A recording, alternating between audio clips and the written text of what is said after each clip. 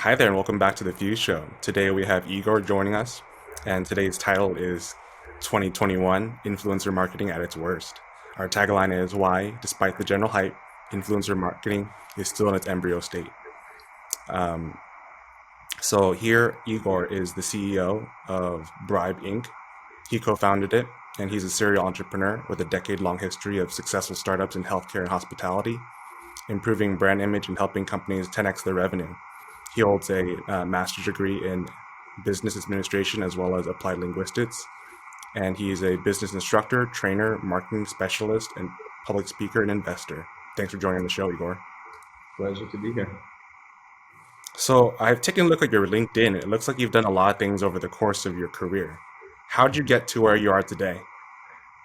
It's only the ones that I actually posted on LinkedIn. I've done many things. My history started in the U.S. about 25 years ago when I was an exchange student, and then one thing led to another.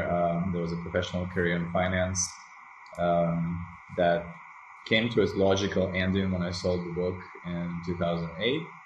Hmm. We all remember those years. Then hospitality has always been the thing. I mean, we all have spent enough time in bars and restaurants, especially when we're in college. And I actually have done a lot of work while being in college to pay for it as an international student. So um, went back to hospitality, ended up going with a few different establishments and then doing some consulting and then starting a catering company, then opening a club, then opening a second restaurant, all in Los Angeles. Um, After that, minor changes kind of led to me selling off the restaurant. And when this whole thing started, the bar was closed. Hmm. I actually enjoyed a couple of months being at home with my family. And then I received a random text from a friend basically saying, "Hey, do you know anybody who is good at marketing?" My response was, "Me?" So he goes, "Well, I figured you're taking, like a year off." I'm like, "Dude, it's been 2 months. I'm ready to climb the wall." Um, so we ended up creating a few marketing campaigns for his technology business that was doing Hmm. B2B tech setup. And in the course of that, as a part of a lot of the campaigns that I put together, we had some opinion leaders and brand ambassadors and some internet stars participate in those campaigns.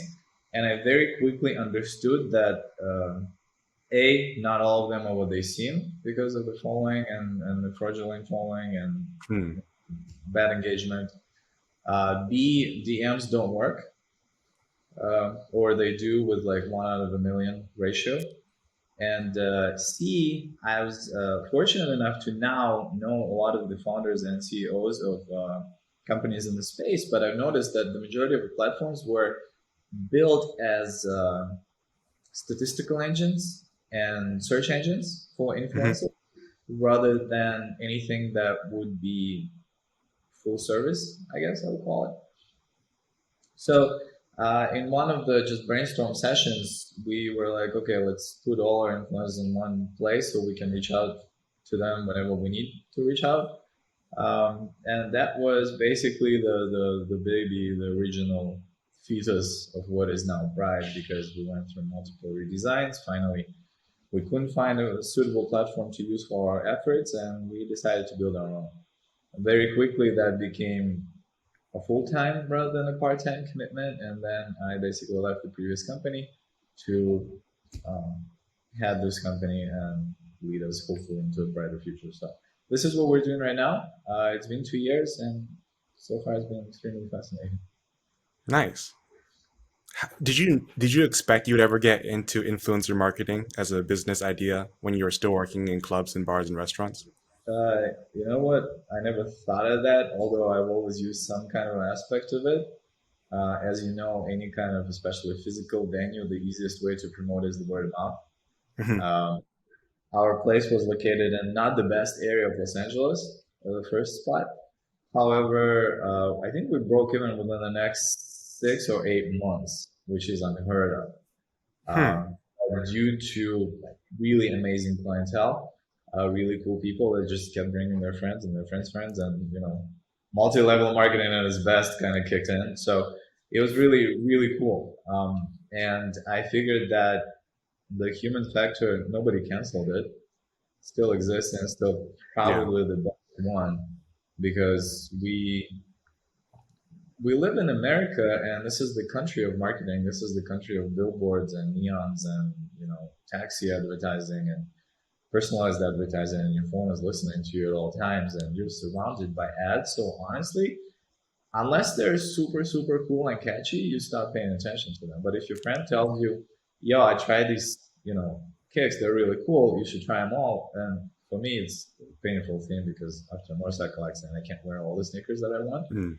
So I would try them. And I'm not going to go through the ads. I'm not going to go through searches or recommendations. Like my guys who collect shoes, they'll be like, yo, these are the best for you. So awesome. And that seems to be the theme in anything, in politics and economy and music. So why not just basically go back to the beginning, make it work for us? So effectively, you're trying to take the idea of a friend referral and I guess scale it upwards towards influencers. Is that right? Very much so. Brybe was originally created and still is realistically for lower to mid-level companies and lower to mid-level influencers. I Mm. think these are two very much underserved groups still in space, which will probably bring us to the topic of this conversation. But I think realistically, when anybody still thinks influencer marketing, they think, I don't know if I can call them, not name the names, but Charlie D'Amelio, the Kardashians, Yeah. And you talk to a smaller business, obviously, that A, they don't need that following, and B, they cannot afford 750,000 for posts. Right. Um, and on the flip side, when you speak to younger influencers, they have, 10, 20, 30,000 followers, their engagements are 14, 16, 17%, as opposed to celebrities who are 0.02%. Yeah. You do the math. I mean, these are the guys. These guys are the bread and butter of the industry. They're the up and coming voices that are being heard and being considered by their following, and actually very closely followed by their fans. And they're not very much interested in making it a commercial engagement. But if they believe in the product or if they share the passion, like we have a few ballerinas on the platform, companies cannot stop trying to approach them because the moment they figure out the ballet shoes, like the point shoes that they're going to use or the leotard that they're going to wear, every little girl on the block who wants to dance in the Nutcracker is going to make their parents buy that. So I think the referrals, the normal non-celeb influencers, the companies that don't have hundreds and thousands of dollars allocated to just spend for advertising, the companies that actually can understand the return on ad spend that will come from these transactions, they will benefit tremendously. And I think this is where we come in, and this is where the scaling and hopefully the success of our company is going to lie, is with this cohort, with this population. One of the challenges of these sorts of businesses, at least from what I've seen in the past, is the fact that you have this chicken and egg problem. Some people also like to call it the network effect problem, where you have to convince the first people, you need to demonstrate value to those people. But if the value of the platform is the number of people on the other side of the equation, how do you get it started so that you were able to get a good amount of influencers and good amount of, I guess, people interested in promoting their products from like day one? Anybody who tells you that was easy is probably lying because it's not. It's like get to the first 1,000 is usually so much harder than getting to the first 100,000. But the biggest thing where we got fortunate was we had a few contacts from previous businesses that were basically kind enough to believe in our platform and spread the word on Hmm. their social media. And their following was something that fitted, was a good fit for the platform in the beginning because those guys were the consultants or the very well established influencers that actually spend time in explaining to their following how they got to where they are Hmm. today. So that was a perfect audience for us. Um, supply was easier to create. So influencers started organically coming into the platform. Then we Hmm. started running online advertising campaigns. I think the name itself, uh, though not as controversial as, let's say, Virgin was back in the day, but we still catch people by just the meaning of our name. Um, Actually, we have positive feedback, we have negative feedback. Like, why would we go to a platform that's promoting bribing and it's catchy, it works. I think one of the coolest things is that the nucleus of this company, my co-founders and I, we all come from marketing rather than tech. Hmm. There's a lot of guys that started influencer marketing platforms. They are engineers, they're tech people, they know how analytic works, they build SaaS, they build AI systems. We build something for the people because we know what they Hmm. need. Um, well, we claim that we do, and we try to find out. But this is our main focus because we try to create something that's gonna work on brands and it's gonna work on influencers as an understandable, transparent, and easy to use engine for their efforts. And by that, we'll show them that whatever they have to do is going to be just as easy, transparent, and understandable. If you're comfortable with disclosing it, what percentage of your early stage budget was the marketing component to find people, the demand side of the equation? Roughly 30%. 30%. Okay. Yes, and we were self-funded in the beginning. Fortunate enough to be able to do that, and our knowledge of marketing industry kind of made it easier on us to allocate that much to marketing. Hmm. I think what the rule of thumb is, what, 10%, and that's usually spending that gets cut first. And this is why, coming back to your earlier question, and maybe we'll come back to that again. This is one of the hardest things, hardest spending to explain and to persuade brands and or buyers to actually perform and get into, um, because of so many reasons. They still believe in some regular advertising, or they don't believe in any advertising at all anymore because Hmm. they ran a few Google ad campaigns and they blew their clicks in the first week and it didn't bring anything, and they don't believe in online advertising anymore. They'd rather do Facebook groups, or they'd far rather do Reddit, if they remain online. So to get to those professionals and either C-suite or just the owner who's wearing all the hats at the same time, to tell them that no, this is not gonna, despite so many people claiming that they can bring the ROI and increase the ROI, in all honesty, you cannot really trace the ROI unless you do a code per product, per post, per day, per effort. Right. Realistically, this is the same concept as the company running a Super Bowl ad. I don't think they will see a huge jump. Right. They'll see a huge jump in viewing of their ads because, hey, that's Super Bowl ads. But realistically, this is an investment in air. And with influencer marketing, some of the KPIs that are traditionally addressed don't work. Hmm. So one of the key ones would probably be return on ad spend. And I'm very happy to see industry actually go more towards that and figuring out how to present a return on ad spend to a client rather than a potential ROI or potential sales. Potentials don't sell anymore. Earlier, you mentioned how your company helps out with the full service. I'm assuming that means end-to-end transaction. Can you describe to our viewers who may not be familiar with influencer marketing what full service means? Um, there are a few different definitions, and I'll probably start with what we are first. We call ourselves an influencer marketing platform, but more so the marketplace. We're known as marketplace. We position ourselves as marketplace, and marketplace is a place, no pun intended, where people can come in and find offers and they can negotiate and they can find your best sellers. And on the flip side, the sellers can come in and offer their stuff to the buyers, etc. So there are actually two valid equal groups in a marketplace.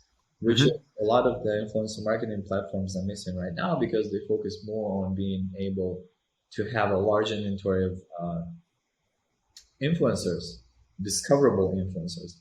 And then the companies come there and then they work with this inventory and they try to find something to work with. In our case, we want the brands to come in and we want to give them the tools, the environment of almost an automated approach to a marketplace. Company comes in as a buyer, they can see the full inventory of actually active influencers on the platform. They can either choose to interact them or they can see what preset packages each influencer has posted. We call them bribes. So they can pick the smaller package or the larger package or the really big package, and just with one click, basically start the communication on the asset exchange, etc. Or on the flip side, if they want to do something really unique, there's an open communication with the influencer with no middle parties or anything else on the platform with a messenger that we designed specifically for that, which will also allow them to still go through offers and acceptances and asset exchange and confirmations of production, etc. On the flip side and on the back end, we control the flow of funds. So when the buyer comes in, they actually pay into the platform the moment they make an offer to an influencer. So the money has left the brand and is staying with third-party payment processor on Brybe. Influencer then proceeds to doing what they're supposed to do, running a campaign, showing the results, running the statistics. When everything is confirmed and delivery is accepted by the brand, then the funds are transferred to the influencer as our commission. So that's the general flow, the money and of the ordering. On the flip side, an influencer can come in on their own and they're able to look at the companies that are listed on the marketplace and any offers that those companies have posted. And then all of these influencers are able to bid for any of those offers, and then the process takes the same flow. The brand approves the connection, pays in, job is done, money is paid out. One of the biggest changes that we actually have done as of last week, we are completely cutting the platform commission for influencers. I think a large amount of people have realized that they're actually able to use their online presence as a source of revenue. But for a lot of them, it's still a start. And I think right now in the space, there are very large commissions charged for these kind of transactions. So we were able to bring the cost down for ourselves so we don't have to compensate for the users. But at the same time, the influencers and any subsequent users of the platform are not getting commission from the buyers. What was the previous rate and what's the new rate? The previous rate was 15.10, and right now we're keeping 15 for the buyer and 0 for the seller. Okay. The biggest question that usually follows that is, Igor, you're cutting into your revenues, and yes, I know. This is a very conscious decision because I think ultimately by being understandable and serving the needs of our users, we will be able to increase to scale the active base of the platform, and I am sure that the revenues that are ours will become ours. But in the meantime, we want to be the platform that is accepted, liked, and utilized. One of the beautiful things about marketplaces is they're natural forms of monopolies. At least it is, at least at scale. Are you afraid of all the competitors who are doing very similar things? They're trying to matchmake between people who want to buy product placements and those who are trying to monetize their social media platforms? I'm not. I am Okay. incredibly excited about it. And I think this is why I picked this topic for our conversation. Influencer marketing has existed for decades. It's been called many different things, ambassadors, you name it, it's been done. However, it became an industry and it became a term probably starting around 2012, 2013. By now, it's It was supposed to hit the 10 billion mark this year. I think we're getting pretty close, but not there. I think next year's goal is 16 billion to 24. Next election year is supposed to hit 26 billion. This is a huge industry. I think there's plenty of business for everybody who is in this space right now. A. B. The space is still incredibly underdeveloped due to no set procedures, no set ways of how things are done, Hmm. because every platform, including our own, are coming up with their own way, and it's the only way and the world's best platform, etc., etc. But no matter how many cars you make, they all, are supposed to have four wheels, two or four doors, etc. There's a certain standardization that needs to take place, Right. and that is nowhere near in the influencer marketing space. Everybody does whatever they want. The government finally started paying attention to that, so FTC has issued their new guidelines, and they're paying much more closer attention to how things are done because it's the Wild West out there. So the very interesting thing right now, and what I welcome is, and what we're trying to do. Actually, we've been reaching out to almost everybody in the space, and some people are friendly, some people are not. More power to them, because I think everybody is sort of holding on to their idea as, well, this should work because this is a young industry and we don't want to share. Hmm. Fine, completely understandable. And you are correct. Marketplace, in a way, has sort of a monopolization in their minds, but we can all share the users, or we can have our own users to all the platforms, and I think we'll still have somebody who doesn't belong to anyone. Hmm. Every year, new generation. Millennials are becoming the thing of the past. My 9-year-old daughter is already on the platform, and honestly, she knows ins and outs probably better than I do. So this is an ever evolving industry, and I think the biggest thing why I think it's still in an embryo state is because there is no mass adoption. There's no full understanding. If you start doing, those funny street interviews, and you come to people and say, "Hey, you know what influencer marketing is?" They'll be like, "I have no idea." Most of the people, I guarantee it. And if anybody knows that, they'll be like, "Well, yeah, I'm a blogger, and I just sold my post for $5, and I don't believe in this thing." So, and then you have somebody, you have Ronaldo who sell, or The Rock who sell their posts for millions of dollars, but Yeah. honestly, I don't think they have a lot of orders standing right now, Right. because large companies go after mass adoption of their products. They're no longer interested in Super Bowl commercials. So one of the biggest thing that came out literally a couple of weeks ago is Instagram. Well, Facebook, Instagram.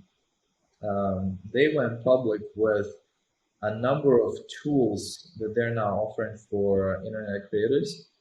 And right now, Instagram is trying to roll out, in a way, their version of influencer marketing, not platform, but like suite. There will be the addition for an Instagram user where they can actually run paid campaigns from their Instagram account. Hmm. The moment the news hit the space, I'm following social media of many people in my industry, and they were like, "Well, what's going on? Why is Hmm. Instagram should not be getting into this? And they're the behemoth, and they're gonna kill everybody." Honestly, guys, step back. The moment somebody big comes into the space, they bring education and they bring user base, because that would be the mass adoption that we, on our smaller scale, are not able to Hmm. create. So this is a huge thing. So it validates the industry. Hmm. Now we have a big player that will try to set the rules, but they will have to ask us for the rules because we are the pioneers. And three, the users and the brands are going to know that this is something that's now legit, because To some people that are familiar with the concept, hey, this is Igor from Brybe. How are you doing today? Awesome, heard of you guys. What can we do? Or hey, this is Igor from Brybe. Are you a collector? What's influencer marketing? Is this a scam? Again, who are the companies? Like blah blah blah. Man, we caught our first scam 2 weeks ago Hmm. on the platform, and this is with the security systems that we have in place, with the vetting system, with the verification system. Scammers will always be there. Anybody Right. tells you they're completely scam proof, they're lying because humans have infinite potential to not work but get something. So they get extremely creative. Right. Right. Right. We got them. We got them off the platform. Unfortunately, a couple of users got hit. Thankfully, one of the biggest problems that we had then is that the rules of the platform say you want to get something done, do it on the marketplace. We can only protect you when you're on the platform. The Mhm. moment you think that you're going to win and you go off the platform, hey, let's meet outside, or hey, let's exchange emails outside the platform. This is how they unfortunately got screwed. And when they reached out to us, my thing was, guys, why did you go off the platform? Look at, I mean, we all put a check mark. Yeah, I agree and I abide by the terms and conditions of the platform. Right. Read. It's there. It's available. And again, the biggest thing is like I feel horrible for some people that fall victims of the scams, but if that were to happen on the platform, it would not go further because they were Hmm. blocked the moment they started reaching out to people. But some of the influencers actually continued talking to them outside the platform. They got scammed, and somehow, realistically, in their mind, it's Brybe's fault. And I understand it. I understand how human Hmm. psychology works. But my response, and we're trying to accommodate a lot of them because they have faith in us. They stayed on the platform. I'm extremely grateful for that. But realistically, any tool that you use, if you use a circular saw, put on the gloves and cover your eyes and keep it away from you because you will chop your finger off. Or read how to use it. This is the same thing. This is an online tool. It's connected to money. You're trying to earn money. And as a part of your trade, you need to know how the tool works. So that's one of the things. But I deviated. I'm sorry. But coming back to the original question, no, I welcome the competition. I think there should be more of us because Hmm. in between all of us, we offer something. Somebody else will offer something else. Between all of us, we will be able to provide the complete service to the end client because it's not about us. It's about the brands. It's about the creators. If they're happy, they will come back. If they're not happy, they'll go with somebody else. And it's good for them to have that somebody else. If I don't like Bonds, I'll go to Rolf's. If I don't like Rolf's, I'll go to Whole Foods. If I don't like Whole Foods, I'll go to some other Right. Amazon company. So, and then I find myself still within the same marketplace. I think stuff like this is going to happen ultimately. But the industry, despite my influencer at worst statement, I think it's because the only way is still up and up and up and up and up, and we're gonna see and hear a lot more about this. As a owner of the business, are you ever afraid of saturation? For example, what I mean by that is the fact that I think when people see when an early influencer sees the fact that they can monetize their platform, be it Instagram, YouTube, whatever, are you ever afraid they ever go like overboard to the point that they aren't a staple user for the long term because they lose engagement by doing too many sponsored posts, or do you have like education on the platform that like guides them in terms of best practices? Um, Second part of your question, we have it being built right now. It's not being Okay. rolled out, but something called Brybe Academy is going to come out, which is going to have a plethora of knowledge on influencer marketing 101 for both brands and influencers, case studies, testimonials. We've taken a bunch of interviews from very prominent influencers. Um, so it's going to be a really nice source of information. To go to your first part of your question, Um, I don't think fear is the right emotion to use here. I think as a business owner, you have to be cautious of anything that can adversely have an adverse effect on your business. So saturation, obviously, in any industry is something that can bring the economies of scale down. And I think the marketing guy in me thinks that when your bike doesn't sell, you come up with better wheels or Right. better handlebars or a lighter frame. You don't have to necessarily reinvent the bike or make it fly or swim, but you can create a really, really cool bike and people will come back and start buying from you. So, with that in mind, for instance, in our platform, I'm not sure when, because we're not live, right? Or are we live? No, we're not live. This is just a media recording. I'm not sure when this is going to come out because we are uh, literally right now rolling out something that was the solution to the concern you just mentioned. Hmm. Because the influencer marketing is not necessarily becoming saturated, but you are correct. People are becoming slightly disoriented as to who to use and when to use them. This is where all your questions from before come to what we're doing right now. Brybe was originally created as a marketplace and will remain a marketplace, but marketplace has multiple things. So what we are doing right now is we have influencer and brand relations on one side. We are rolling out the new cohort right now as we speak, which is going to be digital creators and freelancers. So now Brybe will offer not only social media campaigns, but also offer services not only to brands, but to any kind of buyer for digital creators, Hmm. whether it's logo creation, website design, testing, film, Scrum, um, lighting, photography. NFT creation is one of the biggest things right now Hmm. in the market. So we have a few NFT creators already on the platform. So by that, we are creating a more versatile product, but at the same time, we are expanding horizontally in the space because I think honestly, people are lazy. I'm lazy. Like if I can go to I'm one lazy too. store, if I can go to one store and buy everything, that would be fantastic. Uh, Hmm. Unfortunately, sometimes I have to go to a couple of different stores. But same here. If you are running a digital campaign, you need budget. You need somebody who's gonna do it for you, like an influencer. You need somebody who's gonna create it for you, like a graphic designer, or videographer, or editor. If a part of this is going to be running it into a blockchain exchange, then you need an NFT creator or somebody who knows blockchains or understands crypto. On the flip side, you need somebody who's going to account for your campaign.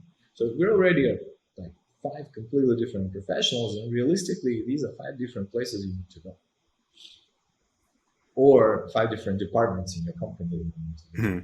So when you're in the marketplace where you can hire a guy who's going to do the creative, another guy who's going to make an NFT, another guy who's going to program it, another guy who's going to promote it, and then another guy who's going to help you to use your QuickBooks because you don't know how to use it. Oh, this is going to be fantastic. So this is one of the things that my co-founders and I thought of is it's the only logical step. If you already have digital creators, and a lot of the influencers are creators of themselves, or a lot of smaller influencers may be better creators than the following that they have. So Hmm. now we give them an opportunity to become a hireable freelancer, hireable creator, and add another leg to their revenue stream. They can do it, Hmm. but now they create and sell their services on Brybe as well. And Hmm.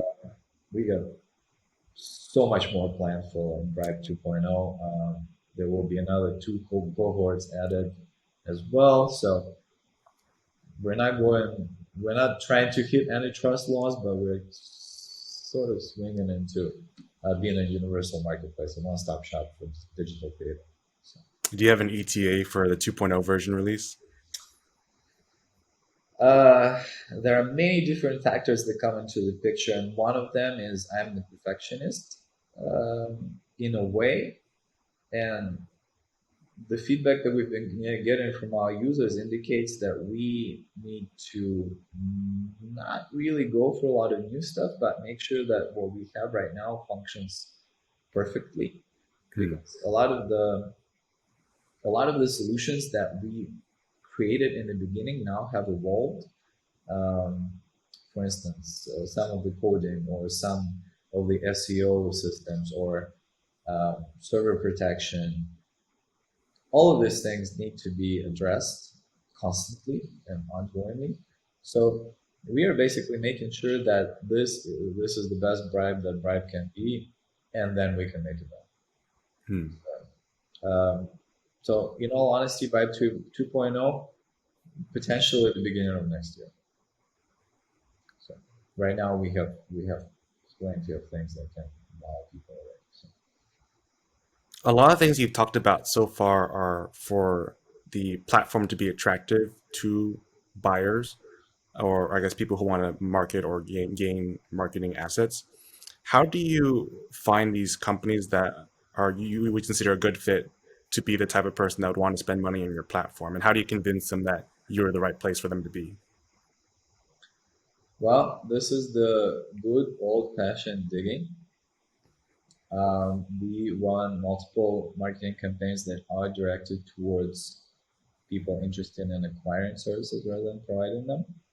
Um, I'd say LinkedIn has been an amazing source of contacts, an amazing Hmm. source of serious professionals that are they're not fully sick of being addressed in a cold manner yet, and they're interested to hear about something new or to hear about some solution that they can have to a problem that they can have. So the biggest thing that we had to address is think about the pressure points, think about the problems that our platform can be the solution for, and then basically find people who experience those problems, find the brands that experience those problems. So a lot of email marketing, people think it's dead. It's not. How Uh, do you find the appropriate list of companies to email? we have our own sources, our own coders that actually do analysis and searches online for contact information. Hmm. I have utilized a number of companies that provide such service. I must single out one, Influencers Club. Shout out to them. Great guys, really good results. Their Hmm. database are verified constantly. So these are valid contacts, and if by any chance you're not able to get that contact to work for you, it's probably because of something you have done, not the provided information. We have had a really nice conversion rate on the stuff they provided. So Sorry, what's the name of this company? Influencers Club. Okay, Influencers gotcha. Club. Great guys. Nicola, he's a good guy. He'll help you out. Okay. So yeah, mainly just good old fashioned grind. That's how you do it. I have a couple of really, really communicable guys on our team. They reach out to local companies, Hmm. actually physically reach out to companies. If anybody is kind of iffy as to how to use the platform or whether they should use them at all, we provide the service of actually picking their brain and what kind of promotion would you like to run. Hmm. We then actually scavenge our own databases and give them a lineup of a few influencers that would match what they would like to see or they would like to run. So we make it a little bit easier on them. We take them by the hand and we walk them through the process. Um, so there is as much as we want to be an automated marketplace, which we will be hopefully in the Hmm. future. Right now, there's a huge amount of effort and time still devoted to the human interaction, the direct contact. answering the questions, answering the concerns. Um, so You mentioned how your team physically goes out to these businesses. Are you sending letters, like packages? Are you like knocking on doors? What is your well, with acquisition COVID, strategy? you can't really knock on doors anymore. Okay. Uh, so it's basically digital knocks, uh, Okay. emails, messages, DMs. We constantly run the searches. We approach the companies that have never done that. We approach the companies that already have a digital trail of using influencers in the past. So it's it's a really multifaceted approach because you need to try to find any possible way to get yourself in front of the potential client or potential buyer. Mhm. And sometimes it's a shock factor. Sometimes it's some kind of a marketing trick. Sometimes it's clickbait or a lead magnet. We do some analytical white papers, so we send them out to businesses in Mhm. exchange for their registration with us, and then we contact them with more information if they're interested. Hey, did you like it? We can now go deeper in that. So, um, good old fashioned ABC sales. Nobody canceled that. You still need to do it. I still reach out to people. The execs in our company still reach out to people. We all do the same work, and I think this is a fun part about being a digital startup because you turn around and you take off the management cap and you put on the coding hat and you start working. So, You- You've mentioned a lot of roles so far. How big is your team? we have 5 people on the team here in Los Okay. Angeles, and I have 8 developers that are outsourced to code. Okay. And how'd you build this team? We stole people from other projects. I'll be completely honest. Uh, Happens all the time. well, nobody, people are like, well, no, no, yes, it is happening. I mean, go back to Aristotle and Nessus, and everybody tries to say this now. I want to hire people that are better than me to work for me. Well, yes, but if the people are better than you, then they're probably not looking for a job. They're probably happily employed with somebody else, and you have to give them an offer that's going to make them take it. Yeah. So um, it can be a financial offer, it can be a self-fulfillment offer, it can be an exciting offer of being a part of like a dynamic new startup as opposed to a rigid, well-paying enterprise. So there are many different things, but my team, I couldn't be happier and more blessed with the guys that work at Brybe right now. Not only they work really well, but they believe in my vision. They believe in how we see what Brybe can become. They see Hmm. the personal growth in it. And especially right now when things became remote, like we have some remote staff and we finally were able to get back to the office setup and then another remote setup. There are many different changes and challenges that people are going through, and yet they're faithfully committed to the crazy ideas that we have. And this couldn't be more beneficial for the business and more flattering to me as one of the owners of the business that people believe in us because this Hmm. is the biggest thing. People believe in you, they'll create a great product. Investors believe in you, they'll invest money in your product. Buyers believe in you, they will use your product. And I think we start from the team and then we work our way up into the scale. Do you feel like there's any practices or habits that you have that make attracting these team members, attracting investors, and attracting influencers more, I guess, smooth? Me personally, You personally or your company culture? um, okay, we may not have beanbags, but we do have food. Um, and Food is motivating. and a ping pong table, and a foosball table, and really good equipment. Because I think if we want to create something really special, we need to make sure that the hardware is good. Mhm. Um, The corporate culture is very positive. We have a very young team, a very goal-oriented team. Um, I have sometimes ridiculous ideas. I still bring them up, and they not only they welcome them, they roll with them. We try them. If they Hmm. work, they work. If they don't work, they don't work. Um, and we are always open to the craziest thoughts, whether on technological level or marketing level. We, my other co-founder and I, both marketing guys, we actually compete in stunt PR ideas. Not necessarily we want them because then they just come up, they become a functionality of the platform. We had a stunt, we basically came up with a stunt PR as like, okay, Brybe now can do this. And then we thought it was like, well, we should be able to do this. So instead of mass media, we send it to our developers. Okay, guys, let's make this. And the developers are basically also used to that. I think the project management style that we have on the digital side, we utilize Scrum philosophy. I don't know if you're familiar. Um, Here, we do a lot of KPIs, we do a lot of reporting, we do a lot of self management, but at the same time, if I pull up any of the documents, I can see where the whole team is in their Hmm. production, in their busyness, in what bottlenecks they may be hitting.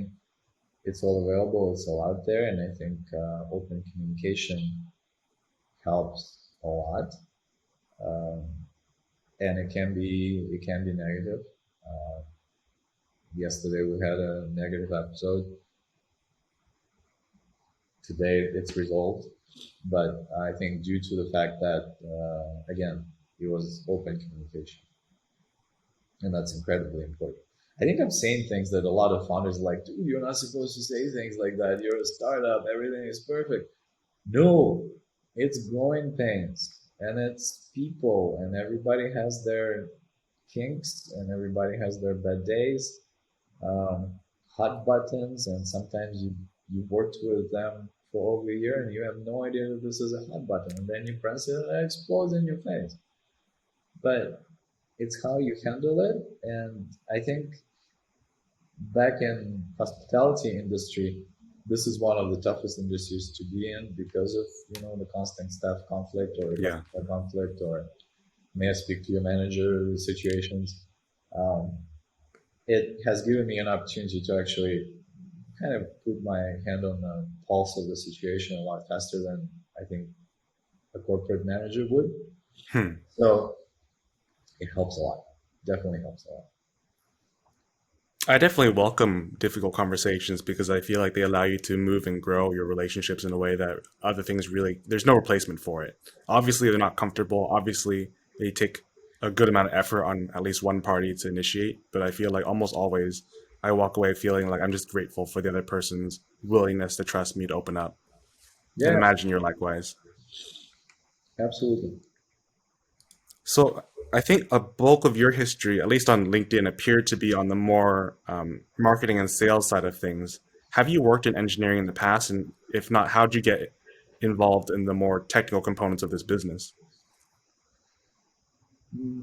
I was never had a career of technology, but always had technology follow my career. Let's put it this way. Hmm. In finance, if you knew how the brokerage software works, that meant that you could get to the statistics faster than the other brokers.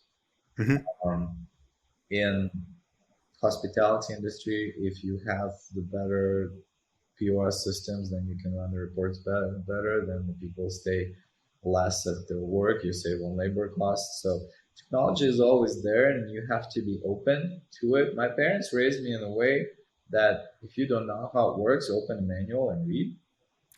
I think we all can understand it. I mean, we all have heads and hands and legs, and some of us perform brain surgeries, some of us, play baseball, but explain to me how to swing and I'll hit a ball at least, or don't let me cut, but I could, that kind of thing. Like, Hmm. um, being in this particular market, whether you want it or not, you need to become acquainted with technology. So this is where,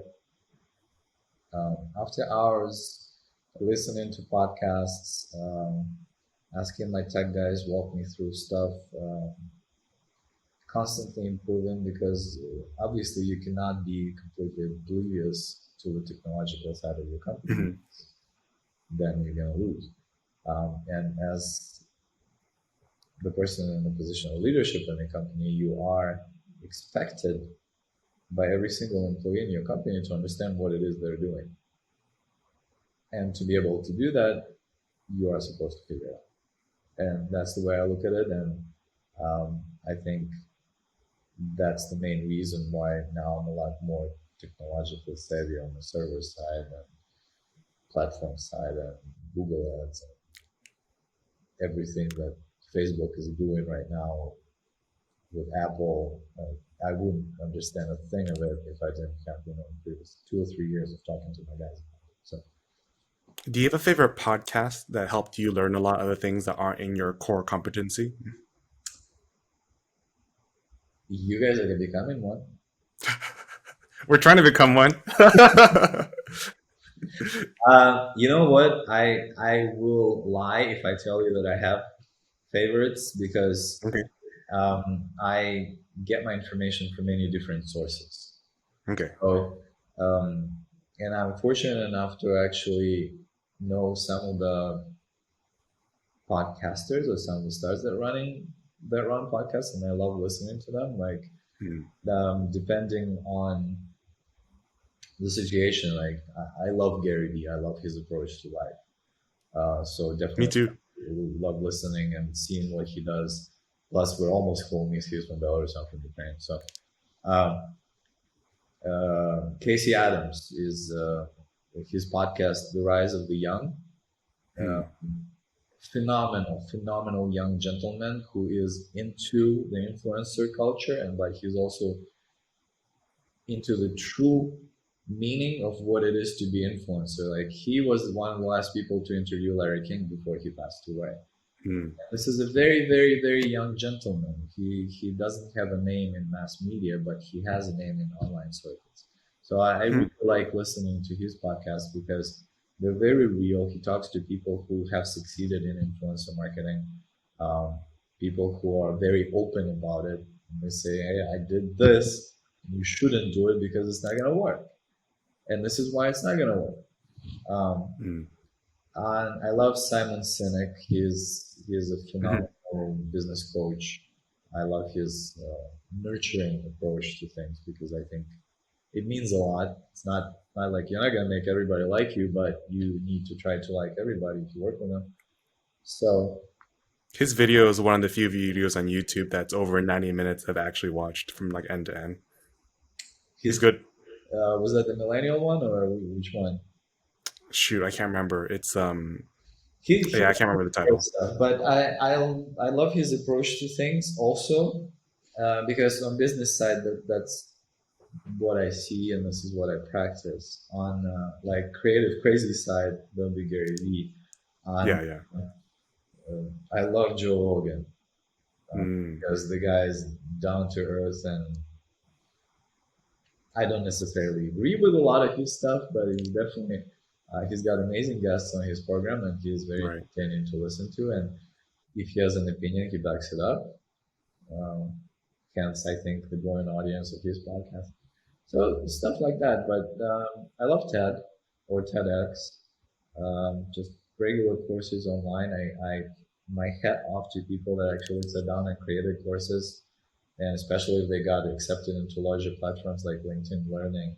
There's Mm. still like some of those courses are just done by regular people. They don't have PhDs. They're not from Pepperdine or from Harvard, but they're guys that actually made it, and this is why their knowledge is so much more valuable to me, because it's not theory, it's trial and error, and maybe it's Right. niche, but then I will understand that niche and I can take something out of it. For instance. Well, that about wraps up our time. Those were some great answers, and I have to look into some of those podcasts. The last question I like to just end all of my calls with is what's the best way for a viewer to get in contact with you?